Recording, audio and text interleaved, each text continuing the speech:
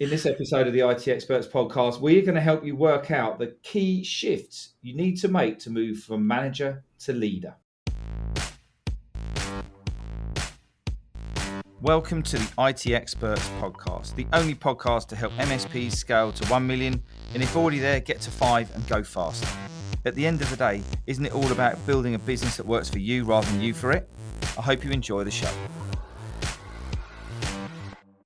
So good morning, good afternoon, good evening. Welcome to the IT Experts podcast. Today we've got a really special guest in the podcast lounge. We've got Ali Stewart from Ali Stewart & Co. And she is I think she's a global leadership expert. So we're going to get some really interesting aspects on leadership today. Welcome to the show, Ali. Lovely to be here, Ian. Thank you so much. No problem at all. Look, we know that leadership is a very big subject.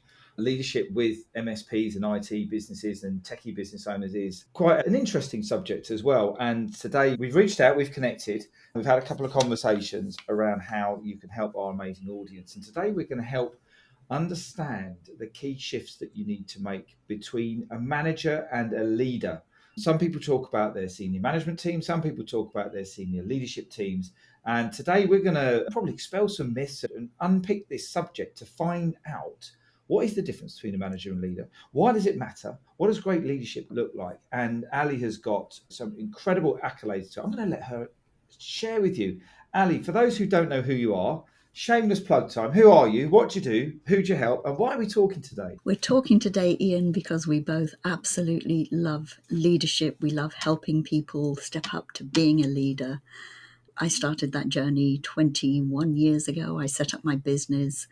I've been writing and talking about leadership ever since. And we have a wonderful way of describing the difference between leadership and management, which is managers light a fire beneath, leaders light a fire within. That's what we do. I love it. I love it. Who are you working with right now? Just explain a little bit about the size of your business, because it's a pretty big empire that you've built. I don't think it's a community, it's an empire. We have a lot of practitioners, I think that's what you're talking about there, who loved our work so much. They said, can we be accredited to deliver it? So I have a lot of accredited practitioners across the world, mostly in the UK. Now, you say a lot. I think you're being a little bit modest there, because is it over 400 different individuals who are helping spread the word of your product? That's amazing, Ali. That's amazing. And one thing that we spoke about when we first came on to talk today was about leadership actually being a process. Talk to me a little bit about the concept. What do you mean by leadership's a process? Having identified over the last 20 years what makes the highest performing leaders tick, it's a range of skills. We take them on a path from transactional to transformational leadership. There has to be a process, there has to be a particular mindset they're working within to make this work. We typically work with small and medium-sized businesses because it becomes a way of life. You can't do this a little bit. You're either being a leader or you're not. And you have to have that commitment to consistently develop your people. Absolutely. Can everybody become a leader, in your view? Everybody can become a leader if they want to. They have to make that choice. And if you don't, go and do your other stuff, your IT, your legal stuff, your whatever skill that you want to do, but don't lead people. Leave it to somebody else. So everybody's got the capability. When we're born, we've all got the capability of being great managers and great leaders, but you need to believe that you can do it. You need to want that you can do it. And you need to, I'm guessing, accept the change and the personal development journey that you're going to go on to become that great leader. Absolutely. Do you agree with that? I absolutely agree with that. And I would say try it first before you decide, because you might think you're not going to like it, but actually it is the most rewarding job in the whole wide world. Yeah, because what we find in the IT channel is that we have a business owner and the business is growing, and 9 times out of 10 they're technical, and then they have some great people with them, and the great people turn up, and some of them stay longer and are good, and then they become senior people. And then the owner then suddenly realizes that in actual fact, I need to step out of doing the day-to-day and lead this business and inspire this business. and work on what we call £1,000 tasks and strategic options. And then he looks down below him, metaphorically speaking, and he's got a range of people and he's going, which one of you guys or girls are going to help lift me up? It might be some of them, it might be none of them, which might be a little bit of a shock to the MSP sometimes. What's always interesting is when we start looking at some of the people below, and I think what you've just said there is giving someone the opportunity to become a senior manager or moving up into senior leadership if they want to and you want to try it out and things like that. You talked about your process, Ali. Now, without sharing the crown jewels, what's a couple of minutes overview of the concept of your thinking around leadership? What we discovered is that all leaders, the highest performing leaders, follow a 4-step process. Now, many management gurus over time have documented a 4-step process, which we all know about. All of them are fine. They work as long as leaders work the process. But what most leaders do, what most of us do according to our personality type, is get stuck in a particular stage of the process and we don't do the whole thing from start to finish. Right. So our process is called visioning. You have to start with a vision. If I'm working with middle leaders, they say, I'm waiting for it. Okay, how long are you going to wait? But you must have a vision for your own team. What are we here to do? What are we here to achieve? How are we going to achieve it? What level of courtesy do we demand and staff? You set the ground rules with your team. So setting that vision, why we're here and why it's important, where we're going, you have to have a really consistent style, because if you don't have consistency of style, people aren't going to trust in you and believe you. Yeah. They have to know who you are. They have to understand why this vision is so important to you. And then once you've set your vision, you've analysed the current situation, you start mobilising your troops, as it were. This is where we're going. This is how we're going to get there. This is what I need you to do. These are the objectives. Are you clear about that? So you need to be very explicit at that point. You have to diagnose performance issues really quickly, sort them out. And then once the internal motivation of your people kicks in, you have to switch your style to what we call developing. And now it's much more tapping into their motivation to do the thing. You're keeping them going, you're keeping them inspired. You have to be situationally consistent, as we call it. And then finally, you've got to let them go. And so many leaders, it's a little bit like parenting. We never want our children to go. I don't know about that. But leaders need the generosity to let their people go, because there might not now be room for them in their organization, or there's other possibilities for them. Yeah. So when you're saying let them go, you're kind of like let them either flow in the organization and cut the vine so that they can then develop and grow within the business, or talk about this with Julie, the head of leadership here at the Growth Hub. And it's, if you don't develop your A players, they're just going to leave. As you say, you're talking about vision consulting there. We talk about the vision again, shadow of the leader, which is how you show up, which is what the rhythm of review, that consistency and building all of that in place and developing them is absolutely love that. Nice and simple. What is the difference between managing and leading? So for us, managing is really, you're managing the status quo. You're very much involved in the task and making sure other people do the task as well, but you're very hands-on, more or less. And then when you become a leader, it's not about the task anymore. Your role is to develop the best in your people, and it's a very different mindset. So now you're looking wider, you're looking much more strategically. You've got to take people on this beautiful journey with you. And if you were, let's break this into two now. If you were a manager in an MSP, in an IT company, and you wanted to become a leader, what's some of the things that you'd need to consider around? So you've made the decision that you want to sit at the top table and you like the look of that and you like the look of other inspiring leaders around the world, and you think, oh, that would be a really cool thing to do. But they might not be confident to do it, or they might not know how to do it. So a lot of the things that we hear, all the time, every day, in actual fact, is I want to grow my business, I want to scale my MSP, I want to exit my MSP, but I don't have a plan. And I don't have a plan and I don't know where to start.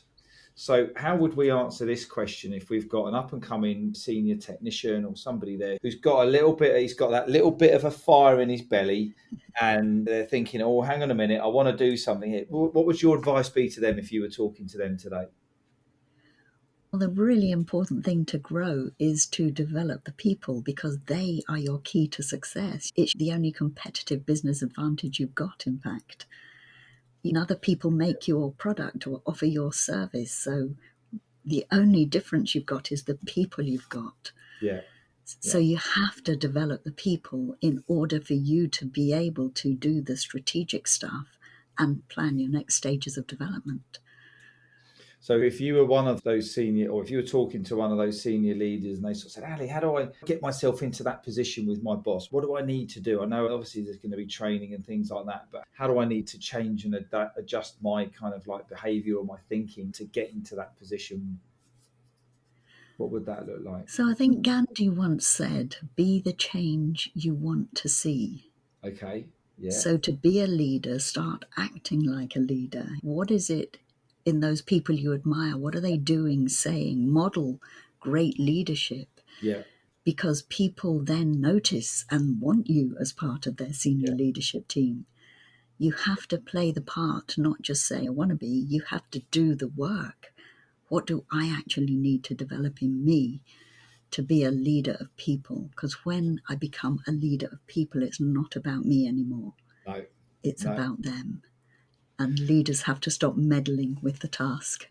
Oh, you're telling them off already. We're only 14 minutes in and you're telling them off. That's absolutely fantastic. I love that. I love that. What would you say is one of the biggest challenges for people as they're moving from management into leadership? They don't know how to stop doing the task. Bottleneck, then. Is that what you're talking about? They're becoming the bottleneck because they Absolutely. are not letting go. And they can't believe the people they're working with are capable of doing their task if they're not doing it. So they have to start being willing to share their knowledge and train their people first of all. And the role of every manager and leader is to make themselves redundant. Yes.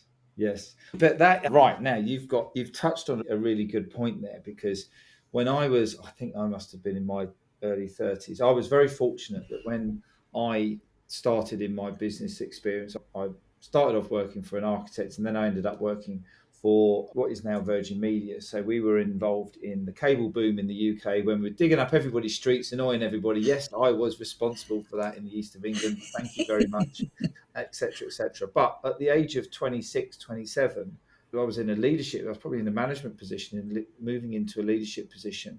They were amazing. It was a company called NCL at the time. They were amazing at people development. And they got a whole load of us and they put us through these programs. And at that time, I think I was managing about 50 or 60 people. It was unbelievable. And one boss who came in, because what happened at those stages, you had the Americans that come over and they'd be the big visionaries and the big motivators and all of this. They'd be like, oh, wow, this is great. And all this kind of, then they'd fly back and it'd get a bit flat for a bit. And then they'd come back the next month. So your manager changed quite frequently because if they didn't fit or they didn't match. And it was all about the cultures and the values, actually, which was really interesting because that's always stuck with me ever since then. And this one manager came in and I remember him. He'll never listen to this. His name was Trevor Gent, lovely guy. And if he is listening to me, reach out, Trevor. And he said to me, I want you to do my job. I want you to make me redundant. And I looked at him and I thought, yeah, but then you wouldn't have a job. And this would be really weird. And I don't know if I could do your job. He goes, you can't today. He says, but I can't go and do my next job unless I've got someone to fill my shoes, and those shoes will need filling by somebody else. And at that point I went, oh my word, I've never looked at it like that. And I think that's the moment when that leadership coin drops, doesn't it? And you go, so it's good to be vulnerable. It's good to be uncomfortable. It's good to be outside your comfort zone. And I think, as you just mentioned a couple of minutes ago, the team around you are going to be the thing that's going to help you be successful. They're all good. Does that resonate and everything? Absolutely, that resonates, yes. And what an amazing leader you had there. Yes, he was lovely. And it was amazing because I worked there for 8 years and we just propelled. Every year they had a redundancy and had a restructure because they were basically a design business, then a construction business, and a cabling business, then it turned into a customer service business. So the business was changed and I thrived, absolutely thrived in that environment of change. It didn't bother me at all. I think I had 8 jobs in 8 years. It was incredible. But the problem was the thing that was very difficult was that all the organisational change happened at Christmas. And I remember sitting there on Christmas Eve one day in the morning, and I'd had this interview. I said to them, I am not going home for Christmas until you tell me if I've got this job or not. And they literally, I did get the job, which was amazing. And we managed another larger part, and everything was good because the business was growing and we were growing with it. But one of my bosses, another guy, Tony, he says, "Oh, it's great here, isn't it?" He says, "Every year you spend all year building this amazing Lego house. And at the end of December comes and you've got this most incredible structure. And then someone comes along, they kick it down, they nick half the pieces, and they say, go put that back together." And it's absolutely what happened. And again, that was a really funny little, so I'm digressing a bit, but there's some quite funny, interesting stories about, I guess, adapting change as well, which is something that people struggle with, isn't it? Absolutely. I love that story. Right. And you have to, quite often in our leadership book that we captured the whole process in, the final chapter is leading change and transition. So Yes. often we Yeah. start with that chapter at the beginning of the training because leaders have to know where they are in the whole process of change before they can start developing others. Because you can't develop others if you're not in good space yourself. No, absolutely not. Absolutely not. So let's turn the mirror around the other way. We're now moving from the manager who wants to be the leader, and we're now in the shoes of the business owner who knows what they need to do, but they are the bottleneck and they're getting caught up and they're looking down on this guy or this girl and they're saying, yes, I want you to become something special to help me lift my time up. What are some of the challenges that the owner will have in assessing whether this is the right person or their ability, or really, because they're playing a little game of roulette here, aren't they? And they don't know whether the chips are going to turn out red, black, or whether it's going to go green or whatever. What's some of the things that the owners need to be considering when picking and selecting their senior people? They have to have a vision, they have to have values they're working towards, and they have to have time to commit to these individuals they're trying to bring on. So often they don't have time, or they think they don't have time, and they don't give enough direction to the people. They expect everybody to be as motivated as they are, Yeah. and that rarely is the case. They all have their own Yes. individual motivations. So they have to give the whole process time. It will not happen overnight, and it won't happen without work on their part. And then that's like following the process through and making sure that you're cascading down, what your vision Exactly. is, the process is, and having that time. And I Yes. think I've spoken previously on podcasts about thinking time and what I used to think it was a complete and utter waste of time, but it's actually probably one of the most critical parts of any business growth, having that time to Absolutely. sit strategically. So not only have you got to get more time as a leader to think strategically, but you need to get more time to then spend with your senior people. We had a lovely story yesterday from one of our clients who's literally been with us for 3 years. And oh my God, I can't believe what he's done now. He's moved his business from about 650K. And he told me yesterday he just closed his accounts out at 1.8 million, which is Brilliant. unbelievable. There's various things in there for around his marketing in the niche, which are incredible. However, the thing that he said to me that really was wonderful yesterday was, well, we know what he's done. And what he's done is he's got out of the weeds very quickly. He's hired some incredible A players who have taken on Yeah. the day-to-day, the client liaison. He said he'd just come back from holiday and he'd got 2 or 3 emails or queries he had to. I said, that's a massive accolade for the way that you've set this Incredible. up. And then they were handing out the year-end bonuses, and his senior guy turned around to him and said, I wasn't expecting this. And I just said, isn't that an amazing thing that this guy was just working so hard for you and for Yes. the team and the business and Yes. to deliver for himself? And then, that's when a bonus and that's when recognition really is a thing. Just talking about recognition, let's just spin off for a minute. Back in the day, give someone a pay rise lasts 3 months, doesn't it? Because the rest of their world revolves around it. For me, my wife would just spend money, well, she probably wouldn't. I'd just buy more cars or whatever it might be. And then after a sudden, the pay rise, in terms of motivator and kind of recognition, it was that. You had bonuses, there was a few schemes and things like that. What recognition in 2025 is the best thing to help motivate a team? The leader has so much at their fingertips, and recognition is one of the primary motivators of everybody. We crave recognition. So, for a leader actually to recognize somebody, like giving the bonus in that story you just shared, is crucially important. And the fact it has some meaning. People can't thrive without it, and people will go to any lengths to get it. This is why children misbehave, to get attention, to get recognition. This is why staff members misbehave, to get attention. So using recognition as a powerful leadership tool is incredible, because you also have the ability to withdraw it if somebody isn't up to the mark. And that is almost as strong as the recognition itself. Well, it is as strong as the recognition itself. It's super important. And in fact, we use a story of Nelson Mandela, who at his lowest ebb on Robben Island could have given up. And it just took a change of guard one day, and the guard opened the hatch and said, "I see you, Nelson Mandela." So somebody had, and that means I respect you. So he had the will to carry on then. All is not lost. Yeah. This is okay. And it just needs to be a little and often, is what we say. Not big dollops every once in a while. Yeah. This is a little often thing. So if you're trying to bring on somebody's performance, you must recognize it. You mustn't just think, I pay them to do that anyway. Why should I say thank you? Yeah. It's really important, leader to team member in that space. And again, the glue that holds that together is just the C word, isn't it? It's consistency, because so many times you offer out regular pay rise, the people know how they can contribute to the company's success and win themselves. Yeah, we did that a couple of years ago. No, you've got to be doing it. The rhythm of review, the one-to-ones, the target setting, all of these kind of like foundations, so important, aren't they? Yeah. I was talking to a law firm and they said, "Can you do some appraisal training with us?" And my opening gambit was, why do you want to do appraisals? If your heart is not in this, if you're treating it as a paper exercise, it is never going to work. So you might as well forget it. Yeah. I love the ones where they say, yeah, we've got someone in to do HR. We've got someone in to come and do the one-to-ones and the appraisals. Why is that? Because they're better at it than us. No, they're not.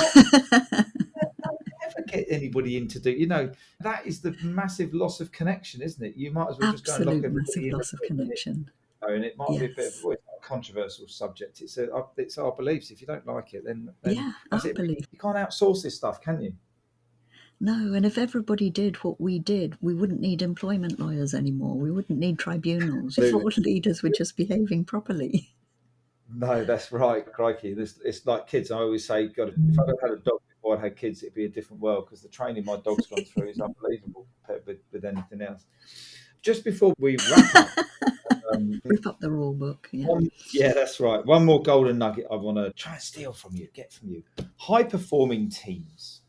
We've got a team, they're doing what we want to be doing, and everything's okay. You've got a part of your program, and I know part of your world is all around high-performing teams. Now, if a team's doing what it says on the tin and the business is growing and organically everything's going okay and we're adding more people to the team, we're adding more clients to the business, is that not a high-performing team? How do you define a high-performing team? It's not for me to define the high-performing team. If you think your team is high-performing and meeting the targets and on it, that's what we need. But they're not going to stay high-performing. Schools get outstanding. It's incredibly difficult to keep at that level without consistency and commitment and continually growing and learning.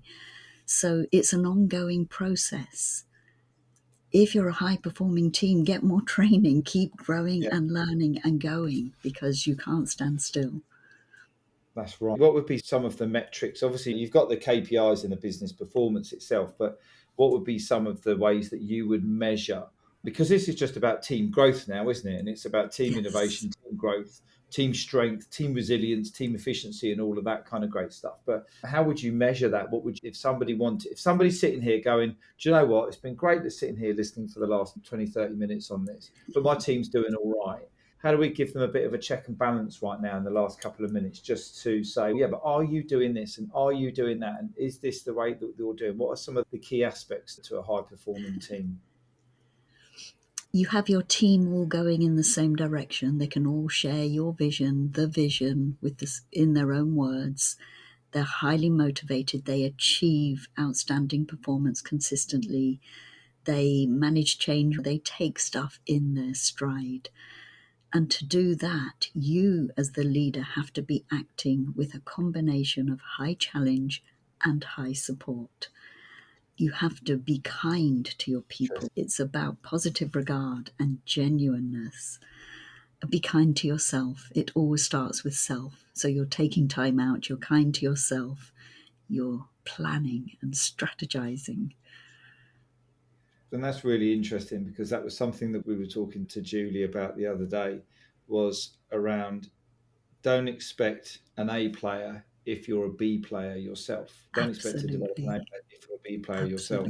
What you just said there, which really resonated, was if you're going to push the team and you're going to expect more from the team and get them to deliver more and achieve more, you need to rank up your time, your support. I think was the thing that made me think that right now, and help them to become supporters. You know, I guess it's like you put it into any team scenario, don't you? Do you think that the Premiership and the World Cup football team coaches do the same amount of work as the Sunday League? No, they don't. And there's a reason for that, because they need more people in their team to help them. And it's all that great stuff, isn't it, that goes around there. Amazing. Super. Ali, it's been an incredible show today. I've really enjoyed it. We just said we could literally be doing this for hours, keeping talking. But the MSPs have got some work to do, right? So they need to crack on. Indeed. Again, thank you very much for your contribution, your help preparing for today's show and recording. What are some of the key summary points? What are some of the top tips for everyone to take away from today's show? Indeed, we could talk forever, Ian. It's been great talking to you. I think the 3 key things: be kind to yourself. People are so often beating themselves up. Stop it. Be kind to yourself. You're only human. Take time out to think. We have our best thoughts when we're in the shower or taking the dog for a walk, don't we? Yes. So just give yourself that time out and treat everybody with respect. Absolutely love it. Absolutely love it. Thank you very much, Ali. Now, please tell us, if people want to continue the conversation with you, they want to learn more about your process, they want to learn more about your system, all these amazing people that you've got helping and supporting your vision and your cause, how do they get in contact with you today? There's tons of stuff on my website about the books and programs we run. So www.alistewartandco.com. Lovely stuff. Go and check it out. Wishing you all the success for the remainder of this year and in the future. I'm sure we will definitely talk again. But thanks once again, and I look forward to catching up with you all soon. Cheers, Ali. Amazing. Thank you. No problem. Bye now. Bye-bye. Just before you go, and if you're curious about how this episode links with the ability to scale your MSP to $1 million, or if you're already there, accelerate to 5, then we want to invite you to come and take the MSP Mastery Quiz. And in just 3 minutes, you're going to get a 360-degree scan of your business, where you can identify the 1 or 2 tactics that can help you find more time, engage and align your people, and help generate more leads in your MSP. It's really simple. Just click on the link in the show notes. And if you have enjoyed this episode, we'd love to get some feedback from you by means of a rating, review on Spotify or iTunes or your podcast platform of choice. We really appreciate every single one of them. Now you can go and enjoy the rest of your day, and we look forward to catching up and connecting with you soon. All the best now.